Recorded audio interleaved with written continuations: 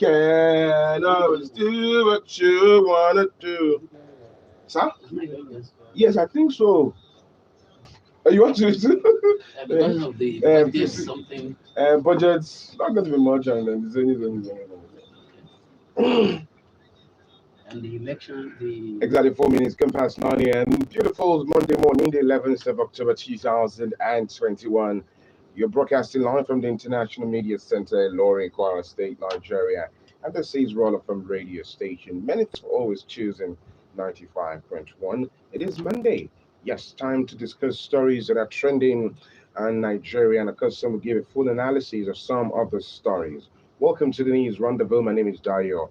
Adeyemi, the program that gives you the opportunity to have your say, to discuss, debate, and talk about the biggest stories making major headlines. Welcome. Lots of interesting stories to touch on this morning within the hour.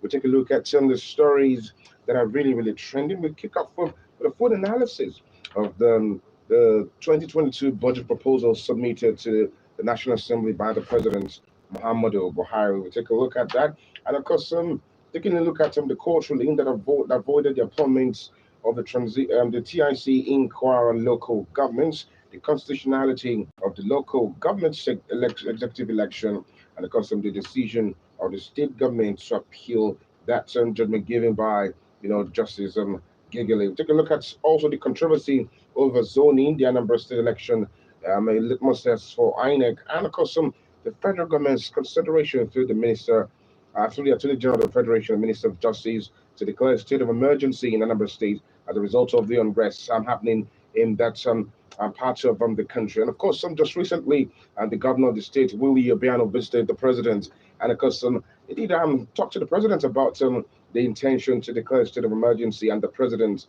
totally felt very, very. The president reacted negatively to the state of emergency being declared in Anambra State. We'll take a look at all of the elections, the November 6th election coming up in November. In November, of course, that's Anambra State gubernatorial election. We'll take a look at all of those stories this morning with my guest, Barrister Bashir Oladipo. We'll take a very short break and then we'll get back, get into our conversation. My name is Dayo Adeyemi.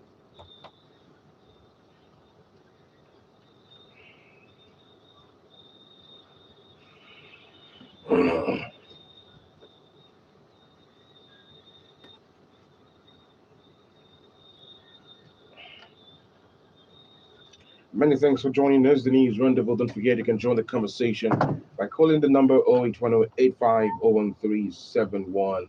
Again, that's 0810-8501-371. You can also leave us your comments and contributions on WhatsApp 09035 595857. You can watch us live on YouTube. Please visit youtube.com/FM radio. So just leave your comment and also join the conversation. Facebook is not left out. Facebook.com/RelFM 951. Let's get right into it. The proposed 2022 budgets presented to the National Assembly by President Muhammadu Buhari has continued to draw some flack over plans by the federal government to borrow to finance the 6.258 trillion naira deficits. The developments many experts believe will not, be well for the economy on the long run. The president last week Thursday presented the 2022 budget of 16.39 trillion naira to the joint session of the National Assembly. Now, this will be the sixth budget presented under the administration of President Muhammadu Buhari and the highest so far. Now, that for last year was 13.08 trillion naira. And just a quick reminder of the process the budget the country is being and the process the budget takes through before it gets passed. Now, after the preparation of the budget, by the Budget and Planning Office, the president liaises with the legislators on how to lay the budget before them, and then eventually reads the budget's breakdown. And after this, the legislators will begin scrutinizing the budget for eventual passage, so as to allow the president the powers to spend money.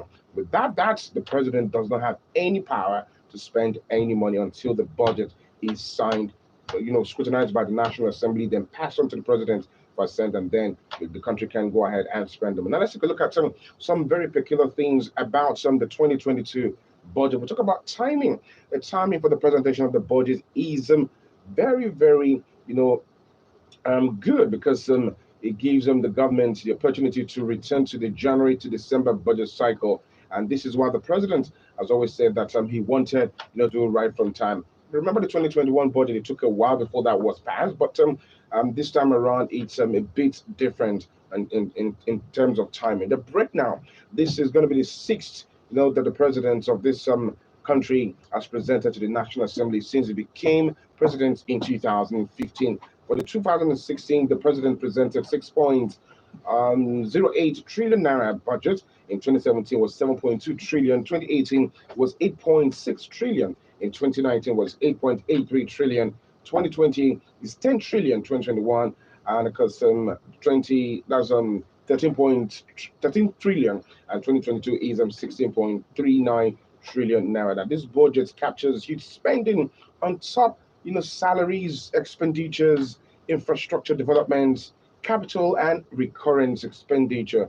Now for the 2021 budget, security top took a huge chunk of that budget, and the Ministry of Defense got about 838.5 billion naira. But for the 2020, the works and housing took a huge chunk of it as well, to 262 billion naira out of 10.33 trillion. Now for the 2022 budget proposal, it is said that education, agriculture, and defense as well too is taking a huge chunk of the budget, where defense is getting about 15% of the budget. Agriculture is getting about 8.5%, and education is 7 point. All of these are the peculiarities, are the peculiar things about the 2022 budget. But what is worrisome to a lot of people is the fact that the country has to borrow to finance that budget. We'd like to take your analysis, Barrister Bashir Oladipo. Welcome again to the program. Good morning to you. Good morning. Thank you very much. Many thanks for joining us always on the news rendezvous. So the budget has been passed, or rather has been submitted to the National Assembly. And the one good thing about it is the timeliness of the budget, and of course the president keeping to his word to return the country to a January to December cycle, so as to allow international organizations have access to what the budget is like in the country. But aside timing, what other good thing can you bring out from the 2022 budget proposal? Well, thank you very much. First and foremost, let me make it very clear from the onset that I'm not an economist. I'm a lawyer. We understand. So whatever I'm going to say, I'm going to say from perspective of general knowledge of economists, economy. First and foremost, I think we need to commend the executive for bringing up this kind of give Nigerians a chance to join the conversation, and of course leave them their comments on YouTube and Facebook, and of course on WhatsApp as well too. We'll be back after this very short time out. Use 2 sachets of Ajinomoto.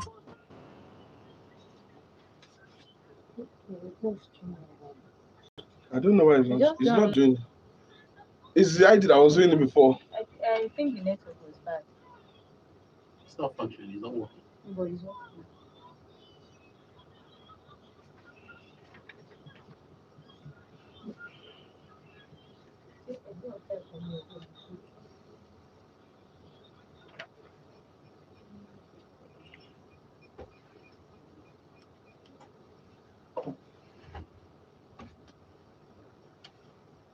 Imagine being able to open a fully functional account within 2 minutes, getting your debit or credit card delivered to you within 48 hours, and increasing your transaction limit. Shop and make payment in style using the NQR code feature. Simply scan, verify, and pay.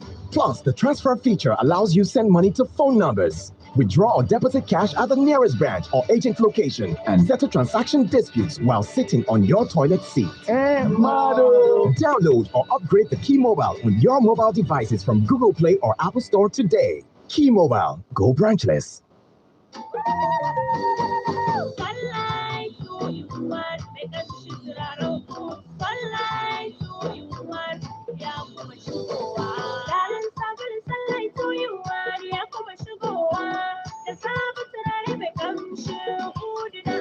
Sabon garin sabulun Sunlight with One na turaren Hood.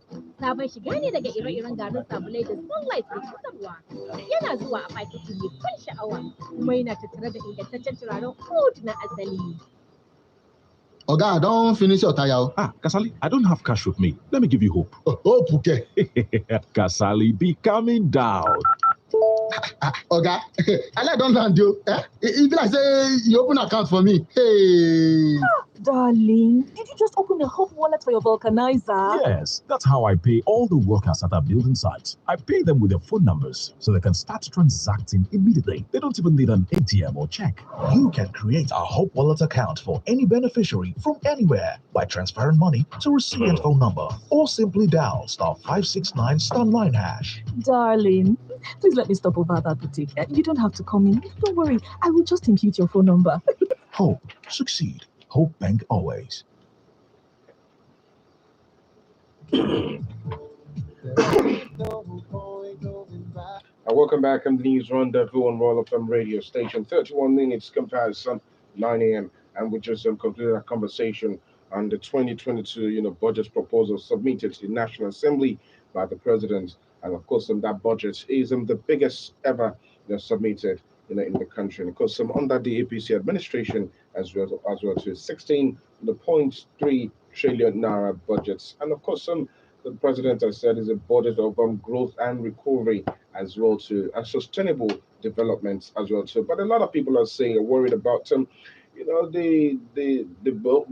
debt of the country, and of course the plans to borrow extra, just to finance, the over 6.1 trillion, deficit of the budget as well too. And of course, some good stuff about the budget is the fact that it is timely, which many experts have said that it is a good development, for the country. And they said to allow for robust inputs, by experts, policymakers and lawmakers, as well as considerable adjustments to the fiscal instrument to broaden its scope and delivery in the capacity. What is your take, and how do you react to that?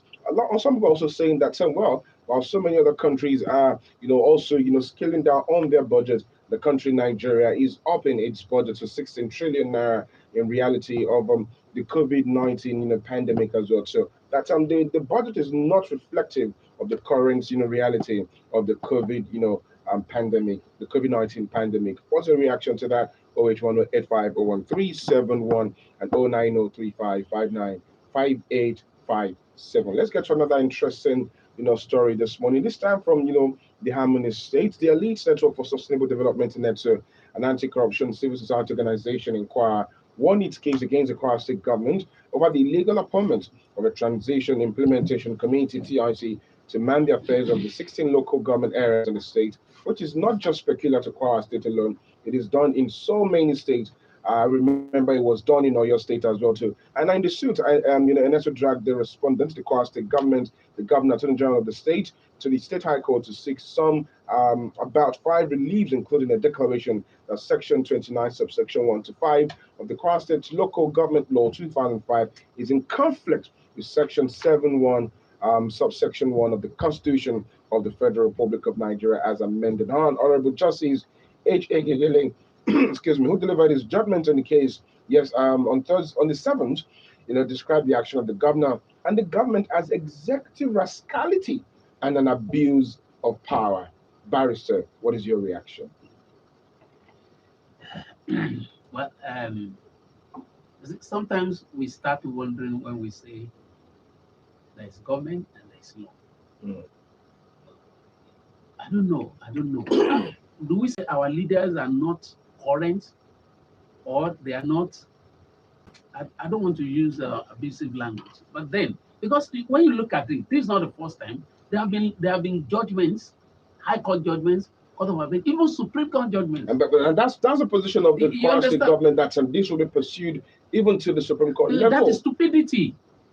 That is stupid, because there is already a judgment relating to this issue. Earlier you said you didn't want to use any derogatory, but I think you should just withdraw that. I'm sorry about that. I would rather that is the way you see, because when you look at it, there's already a judgment in Oyo State, a judgment in Katsina State, a judgment in Abia State.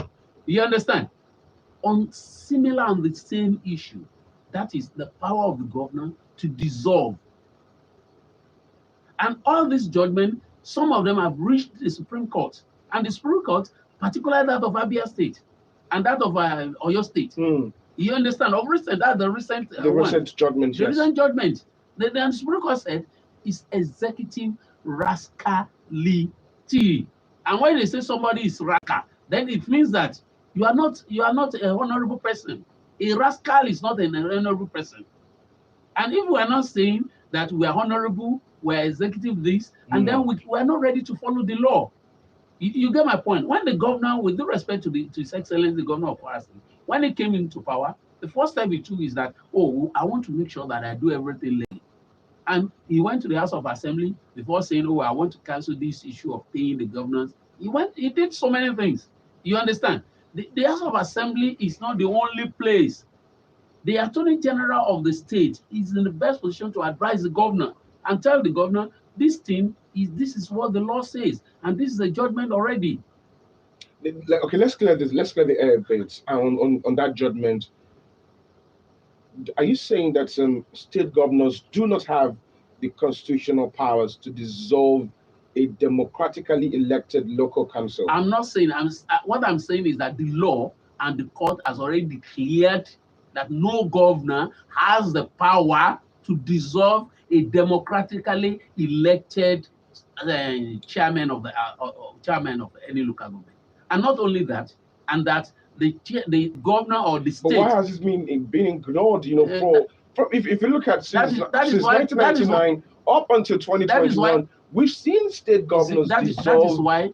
That is why it has become a tradition. Yes. Once an administration is easing out, an administration comes in, it dissolves the local governments.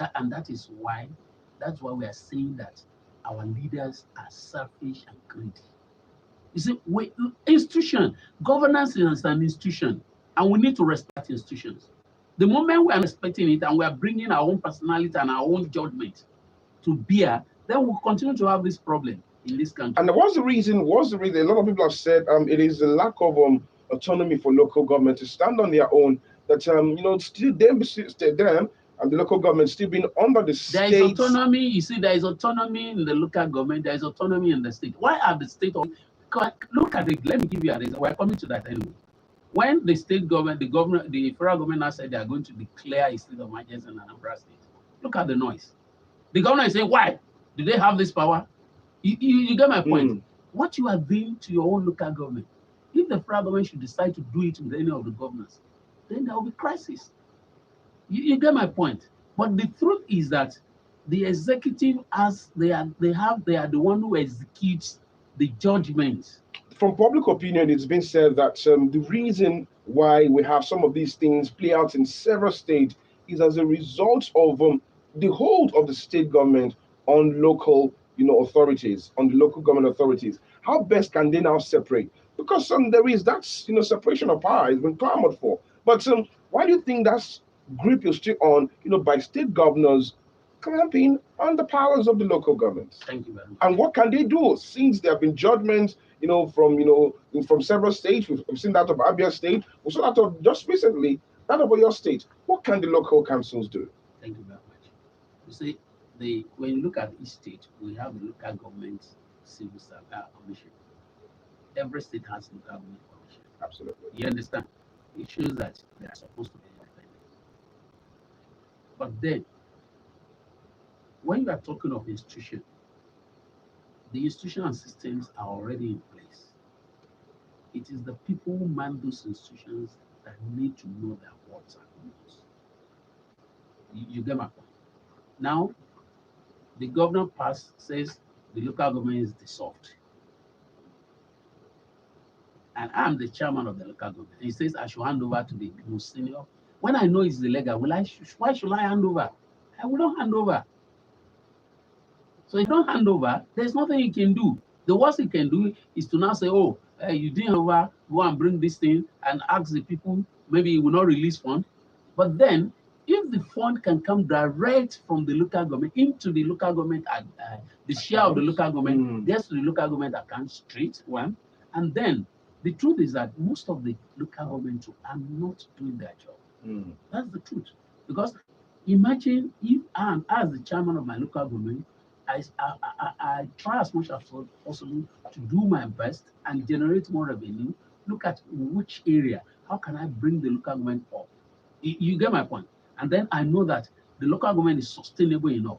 Look at for how many years? For almost 6 or 7 years or 8 years, Lagos state government was run without any money from the federal government. And nobody actually can feel that the local government, that the federal government was not releasing their fund. You get my point? Why? Because the people in government are proactive. If you as the chairman of a local government is doing the same, it will be better. But when you look at it, most of the people that gets into the chairman's position of most of the local government do not have any plan. You see, they just want to be called chairman. They want somebody to put them there. So nobody is actually sitting down and saying, what do I want to do for my local government? So until when we become responsible, when we take our oath to be the chairman of local government, we will always be at the appendage of the government. And then, let's be realistic. Any governor that fails to respect that autonomy, is they actually upholding the oath to uphold the constitution? It's an impeachable offense.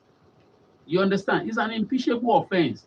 If a governor refuses and dissolves a local government chairman, which is illegal, then the governor is subject to be impeached. Because he has definitely, he's overturning he's contravening the constitution. You understand? So we need to start making this decision on the people. No, you see, we need to start making this noise more that any governor that dissolves this, that does any illegal thing or unconstitutional thing, is an impeachable reason for him to be impeached by the House of Assembly. But then it's not the same House of Assembly that will say, yeah, we are passed and dissolved that the local government be dissolved, when they're also doing the illegal work. So the two arms are doing the illegal work. So you only have the judiciary to now say you are wrong. And once the judiciary declare that they are wrong, what will they do? Who will execute? Nobody. Until the day the judiciary is having its own sheriff, separate from the police. You have your own sheriff and it's been empowered, you understand, as an arm of the judiciary to execute the judgment of the judiciary. And this arm is empowered very well. Instead of all this civil defense, all these people, cancel them or make this to be that of the judiciary. So they will be able to enforce the judgment of the judiciary without relying on the police, because the police is under the executive. So that those people will be directly under the judiciary. So if there's any law, any judgment being pronounced by the judiciary, the arm of the judiciary is having his own enforcement agent to enforce that judgment. Then you will see some changes. All right, interesting conversation. Thank you, Barrister Bashir Oladipo. I'm sure you're very quite passionate about that, because that call has been very loud. You see why we are passionate about this issue is this: until when we start to respect the rule of law, we can progress. You understand? We can progress. God gave a rule when He created Adam. He said, "Don't do this. If you do this, you are in trouble." And when Adam did it, he said, "Oh, good. You have done what they done. You are not fit to be here." He removed them from that place and threw him down to the heart. So the same thing. If we are saying the governor should not do this, and the governor is doing it, then let the House of Assembly impeach him. You understand my point? If the House of Assembly is not ready to impeach, if you look at state houses of assembly, that is the problem. You see that. That's the problem. That is why we are saying. That is why we are saying that there must be independent autonomy for each arm of the government. All right, you understand? The most important arm that needs this autonomy most is the judiciary, because they are the one. When all the issues are brought to them, they're the one who resolve it. And once it's resolved, you cannot say the fellow against whom something is resolved, who is supposed to execute, he is failed to execute, because the man did not realize that he is there as an institution.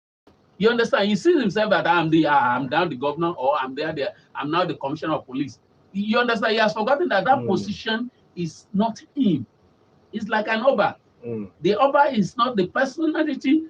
The person occupying that Obaship is not him. It's the Obaship that people are respecting. All right. Thank you so very much, Barrister Bashir. Very much. Let's take another, interesting story before we get to the part where we get contributions and reactions from Nigerians. 08108511371. It is a done deal. Let's start off with this. The position of the national chairmanship of the People's Democratic Party has been zoned to the north. Now, the 94th National Executive Committee NEC meeting of the PDP has ratified Governor Ifeanyi Wai's committee recommendation on zoning of the party offices. Now, the party, however, remained evasive on the 2020 presidential ticket as party leaders resolved to debate the Bala Mohammed-led committee on the review of the performance of the PDP in the 2019 presidential election. The Bala Mohammed committee recommended that the presidential race be thrown open to PDP members regardless of their geopolitical zones. Now, the zoning of the national chairmanship to the north is likely for the presidency to be zoned to the south, although some party members, including former Vice President Atiku Abubakar, has expressed dissatisfaction with that arrangement. Let's take a listen to former Vice President Atiku Abubakar speak on that. There is only a president from Nigeria, for Nigeria, by Nigerians. This country has a sense of fairness. This country has a sense of justice. This country has a sense of fairness. There you have it, Vice President Atiku Abubakar there, totally disagreeing with the decision to through the party tickets, the 2023 presidential ticket open to people, and in case some against saying he's not in support of zoning. What's your reaction this time around? I think if you recall 2011, 2015, the Vice President Atiku Abubakar was very, very vocal about zoning. He was in total support of zoning, but this time around, it appears he's not favoring the Vice President, not just him alone, but so many, because that has been the conversation that has dominated the public space for the past weeks right now, the issue of zoning and rotation. What's the difference between zoning and rotation? Let's start from there. In just a few minutes, so we can take contributions, Barrister. You see, you can't do rotation if you don't have blocks or you don't have units. So zoning is more or less like units. A lot of people have also said that through which rotation will now be done. Some people have said that zoning is not constitutional, is not in the constitution. But if you look at it, these are areas that promotes national unity. These are concepts that promote national unity. Should they be abandoned for the country? You see, personally, if you want me to express my view as a person that looking at things holistically, I'll tell you that I don't agree about this rotation of zoning. As far as I'm concerned, the fact that Obasanjo was the president of Nigeria does not make it look as if he was in governance. The fact that Yar'Adua was the president of Nigeria will not make it look as if the Hausas are in governance. I don't know if you get my point. The important thing as a leader, if you are a leader, you are elected as the president of Nigeria. But you see, these politicians, they are very crafty. When the things favor them, you see them, bringing up issues, bringing up reasons why it must be. But when it's against them, you now see them say, no, we don't want it. A good example is that of Atiku now. Atiku, when he knew that zoning will favor him as a northern candidate, he favored zoning. In fact, he went all along, sponsoring, spending money to ensure that the zoning system and the northern group has a candidate. If you remember, he was supposed to be the candidate of the North at that time when he was moving from one place to another, bringing up one socio-cultural group and saying, "Oh, we have endorsed it well." So you will see that it tests an average Nigerian to let them know now that all these positions are the same, whether it's from the house, from the south, or from the north. They are all the same. They're only interested in their own personal gain. You get it? So the day the Nigerians decided to say this is how we want our business. But you see, it becomes, when you look at the system, you start to wonder. For example, the APC, though we must be able to say one thing.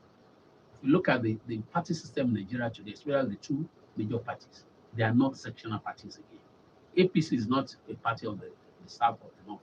PDP is not a party of the north or the south from the composition. So it's now a spread. Unlike in those days when you have UPN, MPN, when you have AG and NPC, all this. So for the first time in the history of this country, we are now trying to have a more balanced national party. But then, are the people within that party, are they actually having the interest of Nigeria? Because before you take that break. All right. Before you take that break, the break is important. The break is important. Okay, please. Take this very short break, and then we'll allow you to continue, and then we take contributions as well. A biyu na Ajinomoto domin samun sama da ninkin ɗanɗanon nan na nama gangariyar lagoda da farin cikin iyali. Kawai zuba jakalle da ɗaya na Ajinomoto a wajen tafasa naman ki da gishiri ɗan kaɗan, sannan ki ƙara zuba wani jakalle da Ajinomoto a cikin kayan markaɗen ki na dafa shinkafar jollof. Yawa, wannan abincin ya fi na kullum daɗi. Yi amfani da jaka guda biyu na Ajinomoto mai ratsin blue wato shuɗi domin samun gangariyar lagoda. Welcome back. I'm the most interesting part of the program. We're gradually approaching that. And because some of our time is really, really fast spent. But let's quickly conclude on this thought. Yes, because what I'm trying to say is that the APC will tell you before you can contest, you buy the nomination paper for the sum of maybe 100 million. Tell me, how will somebody like me say I'm going to raise 100 million and then I want to serve my people? I will not take my 100 million and go and buy tickets. You understand? I want to serve my people. So anybody who actually wants to serve the people will not go to that lane. And the money is too much. It's too much. You understand? Make it something that is avoidable. You understand? Affordable, for every Nigerian. For every Nigerian to So your submission is you're not in support of zoning. You're not in support of the rotation of presidents as it's been done. But if you look at these two concepts, it promotes, just what we have in the Constitution. Hold on a minute, Barrister. Federal character. It promotes that unity, peace, and and for progress of the country. So if looking at it from what the politicians are doing and the calculations around, if you see that just to maintain peace and of course to have a stable country, it's better it moves to certain parts of the country. Are you in support of that? Is that you are not really getting my point. I said that from my own personal view. And you see a leader as let me the country's leader. Let me say this. What I'm trying to say is that the moment we have a good leadership system and we have our leaders thinking as a nationalist, then it's easier to say that we don't need this zoning. But you see, the way you look at it in this country today, an average Nigerian will not agree that no, we don't have zoning. If you have to go to the north, this man go not far. So, and when you look at the way the politicians are also playing the game, you discover that there is no way for the peace in this country. There's no way you can wave away this rotational system. There is no way, at least for now. All right. So for that reason, I think there's need for every party to look at this rotational issue. But our leaders, when they get there, they should be more nationalistic. So at the end of the day, the feelings. All right. That's what my. Hello, good morning. Welcome to the News Rendezvous. How are you today? What's your weekend? Very well, thank you. My name is Dayo. Thank you so much. Welcome. What's your name? Rotimi from Morose. Good to have you go on, please. You have a minute.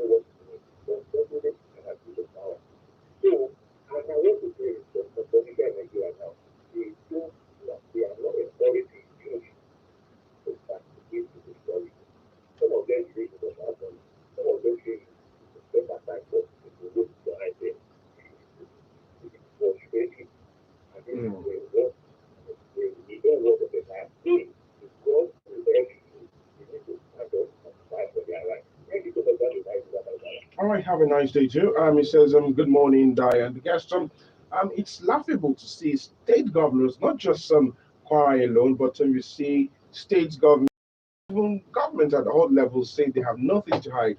Meanwhile, they have a whole. Take a look at the issue of local governments autonomy that is around the country, it's happening around the country, particularly the judgments of the state high court here in Kwara shows that there's a whole lot of hidden things in governments. Hello, good morning. Thank you, Olaiwaju Abdulkarim.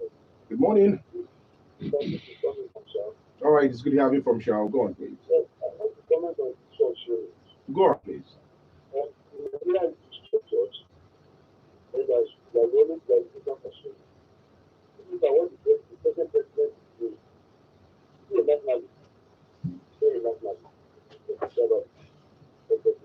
Alrighty. Ayekoto from Granike says, to me, zoning and regional rotation to me feels like, well, you've had your own fair share of the cake. It's my turn to have my share. That's how politicians are eating the country, and Nigerians will continue to divide us more if we continue to create more hatred amongst ourselves. During the late Yar'Adua's administration, Nigeria has not been divided to this. Bat rolling is making each region seek for power. Nigeria cannot be united if we continue to agitate for zoning. God bless the country. Well, it's not just something that is happening at the moment. These dates, the issue of zoning dates back to 2003. If I remember, 1999, 2003. From 2003, legislation for zoning and rotation has been there. So I don't think that submission from Ayekoto fully fits into what the reality is. It is not just something that's coming up at this time. It is being the practice from now. Hello, good morning. Good morning. What's your name? Good morning. Good morning to you. Good morning. All right, Akim, is good to have you. If I personally, as a father, try to deny myself of my immediate needs, I don't see any reason why people that reported me will not sacrifice to make sure that our life is meaningful. What I'm trying to say is the federal government, all what they are acquiring for themselves, because they want to buy generators, they want to buy oil for generators, all this, all that 25 billion is too much. Cost of government is too much. We cannot sacrifice, continue to sacrifice for them. And then they are suffering on the issue of judgment of the court on the local government. If Kwara State government refuse to do the mission, they are fighting the people of Kwara State. That's just all right. God bless Nigeria. Thank you very much. This one says, Kayode from Garkabi says, the 2022 federal budget, from a layman's angle, well, looking at the size, 16 trillion divided by 200 million for about 80,000 naira per person for the year. Borrowing for infrastructure is normal and essential because building infrastructure is very expensive. Now, this government has really tried on the quality of jobs being done on infrastructure, and that's why progress of the jobs look a bit slow. God bless the country. I think this is how far we can go on the program. Barrister Bashir Oladipo, your parting shot before we leave. Well, I think there is need for our leaders to respect the rule of law. All right, to respect the rule of law. Last just in a few weeks, the people of Anambra State will go to the polls to at least elect the next man to lead the affairs of the state for the next 4 years. The list has been out there, and of course, there's been a whole lot of controversy, and that state of emergency will be declared. If there is still that unrest in Anambra State. In just a few minutes, what's your reaction? The preparedness of INEC and the state of emergency, and of course, the reaction of the governor and that of the president as well too. You see, all of them are the same. Look at what is happening in the north. For all these years, when you say bandits are there, you see governor coming out, even trying to elect, and the attorney general has not come out and said, "Oh, let's declare a state of emergency." And now, when it comes to election, you can imagine. So you can see that, and the leaders, the politicians are the same. When it comes to election, now they say they want to declare a state of emergency. Why can't you use the same state of emergency to stop all these banditry all along? If you had, we said it on this program one time ago that let the federal government come out and say, yes, any state that cannot do its own security, whatever, then we're going to do. And you will see problem. All this. Now looking back, looking at Anambra State, now they said we are going to declare a state of emergency. You can see that there's a stabilized peace. So you see, these things we need to look at. All right. Well, it's a good thing because at least by coming out with something like that, it has brought some peace within Anambra. Definitely, we'll have more time to discuss on the November 6th and Anambra elections. Of course, all the that some is involved, INEC, preparedness, elite monsters for INEC, and of course some for the security as well. So thank you so very much. It's been a wonderful conversation having that debate about the 2022 budget and of course other interesting stories. Thank you, Barrister Bashir Oladipo, for coming. The conversation never stops. It continues all through the week. My name is Adedayo Adeyemi. Have a beautiful week. Good morning. All right, thanks.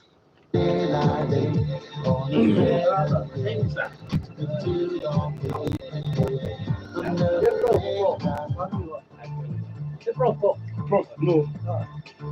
Nobody called me. Okay, give me my number. Yeah, on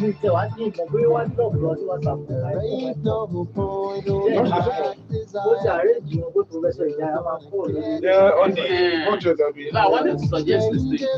I wanted to suggest that, okay, why not let them come over? And my landlord came around. Royal FM 95.1. We set the pace.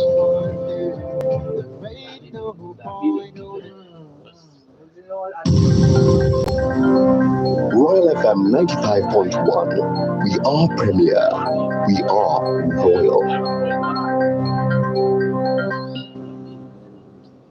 Ọ̀rẹ́ mi má gbé kúrò Royal FM, àní o má gbé kúrò Royal FM 95.1. Ìkànnì tó dùn ìgbọ̀ngàn tó kàn sí. Surely me. Báwo ló fẹ́ lọ lètò ètò tó gorí afẹ́fẹ́ tó ẹ́skéèbì láfẹ́jọ́ jọ má lọ yín kúrò tòró ládùn lóyìn. Báwo ló fẹ́ lọ lètò ètò tó gorí afẹ́fẹ́ tó ẹ́skéèbì láfẹ́jọ́ jọ má lọ yín kúrò tòró ládùn lóyìn. Ògbóyin jẹ́ mo gbèdé ọmọ káàmọ̀ mo ti dé mọ́ mọ́dún jámi olódòwò ìyá bàbá ẹ̀ súnmọ́ bí bùrọ̀dá sí bá ẹ̀ súnmọ́ bí. Báwo ló fẹ́ lọ lètò